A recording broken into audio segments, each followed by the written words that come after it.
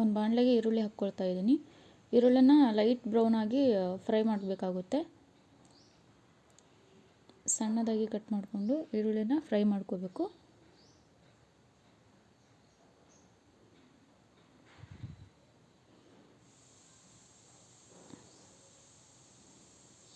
ಹಾಗೆ ಇದ್ರ ಜೊತೆಗೆ ನಾನು ಬೆಳ್ಳುಳ್ಳಿನ ಹಾಕ್ಕೊಳ್ತಾ ಇದ್ದೀನಿ. ಸ್ವಲ್ಪ ಎಣ್ಣೆ ಹಾಕ್ಕೊಂಡು ಫ್ರೈ ಮಾಡ್ಕೋಬೇಕು. ಹಾಗೆ ಜೀರಿಗೆ ಸಹ ಹಾಕ್ಕೊಂಡು ಲೈಟ್ ಬ್ರೌನ್ ಆಗುವವರೆಗೂ ಫ್ರೈ ಮಾಡಬೇಕು. ನೋಡಿ ತಕ್ಕೊಂಡಿದ್ದೀನಿ. ನಂತರ ನಾನು ಟೊಮಾಟೊನೂ ಸಹ ಫ್ರೈ ಮಾಡ್ಕೊಳ್ತೀನಿ. ಟೊಮೊಟೊ ಮತ್ತು ಈರುಳ್ಳಿ ಇದನ್ನೆಲ್ಲ ಫ್ರೈ ಮಾಡಿಕೊಂಡು ಪೇಸ್ಟ್ ಮಾಡಬೇಕಾಗುತ್ತೆ. ಸ್ವಲ್ಪ ಎಣ್ಣೆ ಹಾಕ್ಕೊಂಡು ಫ್ರೈ ಮಾಡ್ಕೊಳ್ತಾ ಇದ್ದೀನಿ. ನೋಡಿ ಆಗಿದೆ. ಕೊತ್ತಂಬರಿ ಮತ್ತು ಈರುಳ್ಳಿ, ಟೊಮೊಟೊ, ಬೆಳ್ಳುಳ್ಳಿ, ಜೀರಿಗೆ ಇಷ್ಟನ್ನು ಮಿಕ್ಸಿಗೆ ಹಾಕ್ಕೊಂಡು ಪೇಸ್ಟ್ ಮಾಡ್ಕೋಬೇಕು. ಪೇಸ್ಟ್ ಆಗಿದೆ ನೋಡಿ ಈ ಥರ. ಮತ್ತು ಅದೇ ಬಾಣಲೆಗೆ ಸ್ವಲ್ಪ ಎಣ್ಣೆ ಹಾಕ್ಕೊಂಡು ಸಣ್ಣದಾಗಿ ಕಟ್ ಮಾಡ್ಕೊಂಡಿರೋ ಈರುಳ್ಳಿ ಹಾಕ್ಕೊಳ್ತಾ ಇದ್ದೀನಿ. ಈರುಳ್ಳಿನ ಬ್ರೌನಿಶ್ ಆಗಿ ಮಾಡಿಕೊಂಡು ನೋಡಿ ಈ ಥರ ಆಗುತ್ತೆ. ಮತ್ತು ಶುಂಠಿ ಬೆಳ್ಳುಳ್ಳಿ ಪೇಸ್ಟ್ ಹಾಕ್ಕೊಳ್ತಾ ಇದ್ದೀನಿ.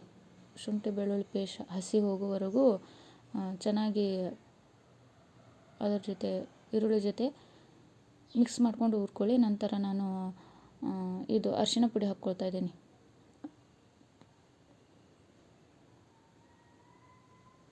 ಅರಿಶಿಣ ಪುಡಿ ಹಾಕ್ಕೊಂಡು ಶುಂಠಿ ಪೇಸ್ಟ್ ಮತ್ತು ಅರಿಶಿಣ ಪುಡಿ ಎಲ್ಲ ಚೆನ್ನಾಗಿ ಫ್ರೈ ಮಾಡ್ಕೋಬೇಕು.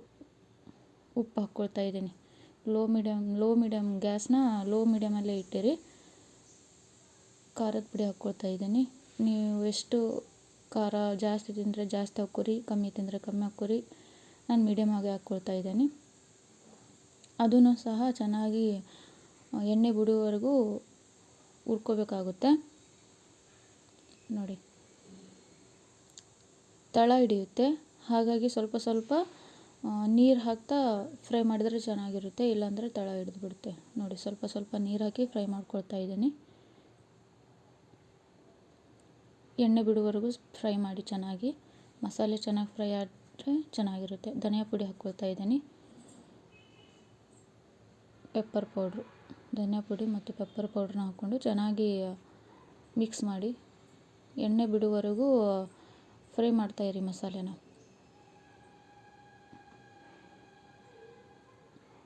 ಆಮೇಲೆ ಪೇಸ್ಟ್ ಹಾಕ್ಕೊಳ್ತಾ ಇದ್ದೀನಿ. ಏನು ಮಿಕ್ಸಿಗೆ ಹಾಕ್ಕೊಂಡು ಪೇಸ್ಟ್ ಮಾಡ್ಕೊಂಡಿದ್ವಲ್ಲ ಆ ಪೇಸ್ಟ್ನ ಹಾಕ್ಕೊಳ್ತಾ ಇದ್ದೀನಿ.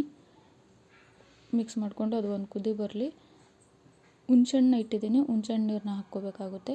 ಕುದಿ ಬಂದಿದೆ. ಹುಣ್ಸೆಹಣ್ಣು ನೀರು ಹಾಕ್ಕೊಳ್ಳೋಣ. ಹುಣ್ಸೆಹಣ್ಣು ನೀರು ಹಾಕ್ಕೊಂಡು ಅದು ಸಹ ಕುದೀಲಿ. ಹುಣ್ಸೆಹಣ್ಣು ಹುಳಿ ಸ್ವಲ್ಪ ಕುದ್ರೆ ಚೆನ್ನಾಗಿರುತ್ತೆ. ಬೇಯಬೇಕು ಚೆನ್ನಾಗಿ. ನೀರು ಎಷ್ಟು ಬೇಕೋ ಅಷ್ಟು ಹಾಕ್ಕೊಳ್ತಾ ಇದ್ದೀನಿ. ನಿಮ್ಗೆ ಎಷ್ಟು ಸಾರು ಬೇಕೋ ಅಷ್ಟು ನೀರನ್ನ ಹಾಕ್ಕೊಂಡು ನೋಡಿಕೊಂಡು ನೀರು ಹಾಕಿ ನಂತರ ಒಂದು ಕುದಿ ಬರೋ ಕುದಿಸಿ ನಂತರ ಮೀನು ಹಾಕಿದರೆ ಮೀನು ಸಾರು ರೆಡಿ ಆಗುತ್ತೆ. ನೋಡಿ ಮೀನನ್ನ ನಾನು ಹಾಕ್ಕೊಳ್ತಾ ಇದ್ದೀನಿ. ಒಂದೊಂದಾಗಿ ಮೀನನ್ನು ಹಾಕ್ಕೊಂಡು ಒಂದೆರಡೇ ನಿಮಿಷ ಕುದಿಸಿದ್ರೆ ಸಾಕು. ನೋಡಿ ಮೀನು ಸಾರು ರೆಡಿ ಆಗುತ್ತೆ. ಜಾಸ್ತಿ ಟೈಮ್ ತೊಗೊಳ್ಳೋದಿಲ್ಲ. ಸಾರು ಕುದಿದ್ರೆ ನೆಕ್ಸ್ಟ್ ಮೀನು ಹಾಕಿ ಒಂದೆರಡು ನಿಮಿಷ ಕುದಿಸಿದರೆ ಸಾಕಾಗುತ್ತೆ. ಅದು ಬಿಸಿ ಹಾಗೆ ಬೆಂದ್ಕೊಂಡು ಬರುತ್ತೆ. ನೋಡಿ ಸಾರು ರೆಡಿಯಾಗಿದೆ.